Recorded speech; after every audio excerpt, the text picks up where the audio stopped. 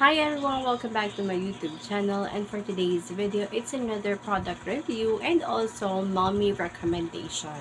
So for today's video guys, I'm sure lahat kayo or yung iba sa inyo ay narinig na rin yung tungkol sa soap na to. So soap naman guys yung i-review natin for today kasi for this past few months, naghahanap talaga ako ng mga magagandang soap na pwede kong magamit and also pwede magamit ng mga anak ko. So, anyway guys, na-discover ko itong si Perla Pure Bath Soap derived from pure coconut oil.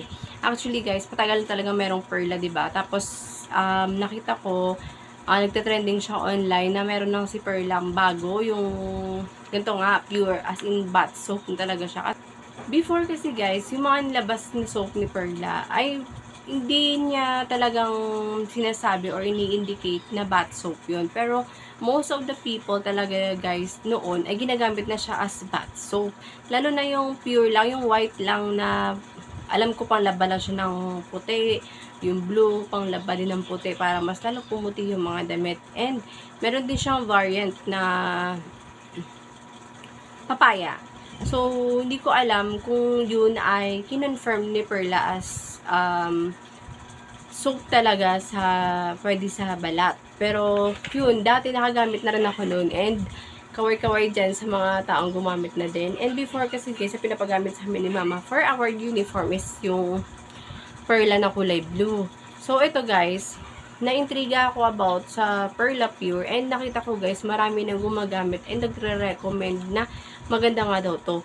So, since kasi hindi ako naniniwala hanggat hindi ko talaga siya guys nagagamit. So, ito nga pala guys is worth like 35 pesos, 33 to 35 pesos lang siya kasi nabili ko siya mga 90 plus lang. Pero online ako bumili kasi wala akong makita nito sa grocery. Wala pa siya sa grocery or talagang mabilis lang maubos. Tapos, it is derma-tested and hypoallergenic. And yung scent nito guys, mabango din naman siya. It's like, subtle lang talaga siya sa ilong. Hindi siya sobrang bango, pero mabango.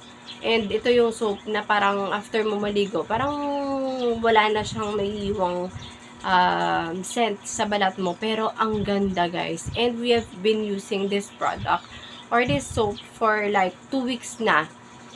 And nagustuhan ko talaga guys, kaya ire-recommend ko talaga to sa mga family, mga niece, and mga mommies na nagtitipid.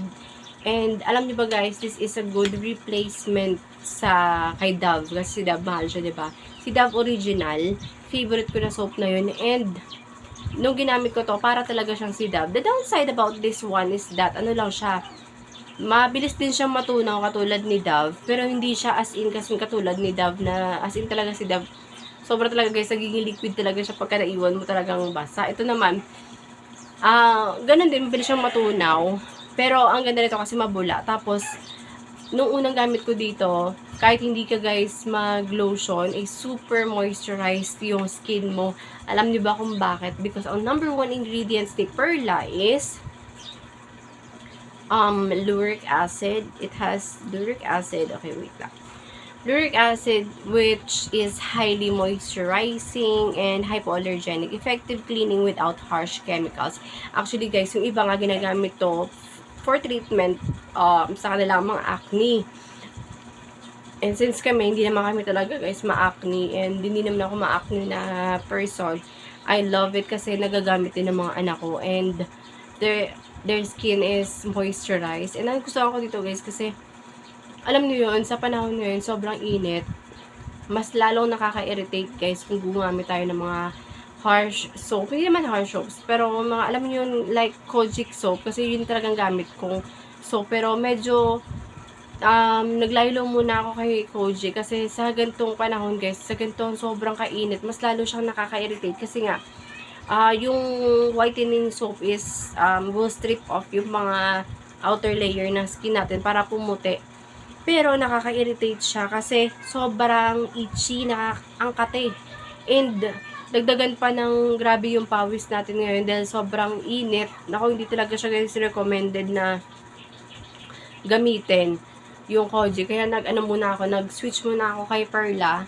ay wala pa akong nakikita ang effect na nakaka-whiten siya.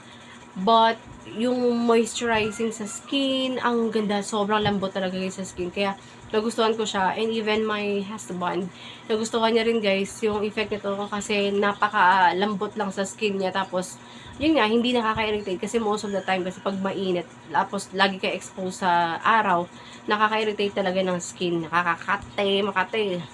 Marami kang makate-kate. Kaya, I recommend this talaga sa mga laging nalalabas or kahit naman na babad ka sa aircon kung trabaho mo is sa aircon or meron kayong aircon sa bahay, saka aircon lang kayo. Still would recommend this soap. Tapos mura lang. Ang ganda niyang, ang ganda niyang alternative sa kay Dove. Tapos pwede pa sa buong pamilya kasi pwede sa mga bata.